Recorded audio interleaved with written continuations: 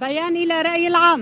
ثورة 19 تموز تلك اللحظة الفاصلة التي انبثقت من رحم المعاناة لتكتب فصلاً جديداً في تاريخ الشعوب شمال وشرق سوريا. لم تكن هذه الثورة مجرد انتفاضة سياسية، بل كانت احتضاناً لثورات متعددة في مقدمتها ثورة المرأة التي استطاعت أن تحقق قفزة نوعية غير مسبوقة على مستويات الاجتماعية والإدارية والعسكرية. فبعد أن كانت المرأة تعاني من تهميش والظلم، محاصرة بين 4 جدران، لا يتجاوز طموحها إرضاء الزوج وتدبير شؤون المنزل، أصبحت اليوم تشكل نموذج الأسمى في تنظيم المجتمع والتدريب. تقود الجبهات وتصنع القرار في مراكز القرار، مؤكدة أن التحرر الحقيقي لا يتحقق إلا بمشاركة المرأة الفاعلة في بناء المجتمع وحمايته. لقد مثلت ثورة 19 تموز نقلة نوعية في حياة المرأة، حيث انتقلت من دورها التقليدي إلى شريكة في القيادة وبناء مؤسسات، وفي مقدمتها وحدات حماية المرأة ياباجا التي أثبتت وجودها كقوة عسكرية وعقائدية منذ التصدي لعصابات الداعش الإرهابي. وقد أصبحت المرأة في روجافا مثالاً عالمياً يحتذى به في التمكين والقيادة. ولم يرقى هذا التحول للدولة التركية التي ما زالت تنتهج سياسات تستبعد المرأة وتخضعها لتجارة الجسد واستغلال الإعلامي وتقمع أي نموذج التحرر وتهدد سياستها الأمومية.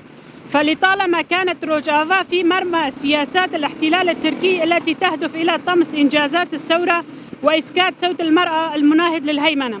وعندما قامت الدولة التركية بهجومها مرة أخرى للاحتلال جريس بي مستخدمة مرتزقتها من الفصائل المسلحة، وبعد معارك الضارية في جريس بي بعد عفرين التي شهدت بطولات أسطورية، أوقعت القوات الاحتلال التركية المناضلة تشيتشا كوباني في الأسر، وهي مصابة خلال تأديتها لواجبها في دفاع عن شعبها في جبهة جريس بي، وقد نقلت بشكل غير قانوني عبر حدود إلى أراضي تركيا، حيث حكمت أمام قضاء غير محايد ومنحاز لأطراف متطرفة، وخضعت لمعاملة لا تمت إلى قيم الإنسانية بصلة.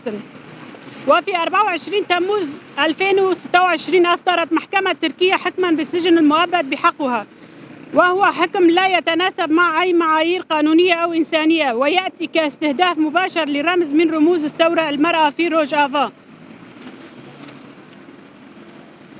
إن محاكمة المناضلة تشيتشا كوباني في دولة تحتل بلدها وتعتقل المدافعين عن وطنهم يشكل انتهاكا صارخا للقانون الدولي والأعراف الإنسانية.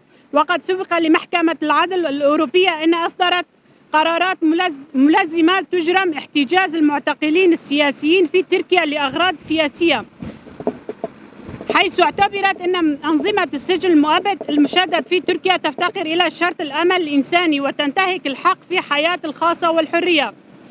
إننا كمجلس المرأة في حزب اتحاد الديمقراطي نستذكر مآثر الثورة 19 تموز وإنجازاتها النسوية ونناشد: 1. المنظمات الإنسانية والحقوقية وفي مقدمتها الأمم المتحدة ومجلس حقوق الإنسان بالتحرك الفوري والعاجل للضغط على الدولة التركية لفك الحصار وإطلاق السراح المناضلة تشيتشا كوباني. 2. محكمة العدل الدولية بفتح تحقيق عاجل في انتهاكات الدولة التركية للقانون الدولي ومحاسبة كل من يخترق الأعراف الدولية ويمارس سياسات الاحتلال والتهجير في شمال سوريا. 3. الاتحاد الأوروبي والدول الموقعة على اتفاقيات الدولية بالتدخل الدبلوماسي لضمان احترام حقوق الإنسان ومعايير الإنسانية ووقف دعم أي جهة تنتهك حقوق المرأة والشعب. إن استمرار احتجاز المناضلة تشيتشا كوباني ليس مجرد قضية فردية، بل هو اختبار حقيقي لمدى التزام المجتمع الدولي بمبادئ العدالة وحقوق الإنسان. إن الضمير الحي للإنسانية لن يهدأ حتى تعاد الحقوق إلى أصحابها وتفتك القيود المناضلين الأحرار. عاشت المرأة رمزاً للحياة والمقاومة. الحرية لتشيتشا كوباني وجميع الأسرى. 1 آب 2026. جنجيان آزادی، جنجيان آزادی، جنجيان آزادي.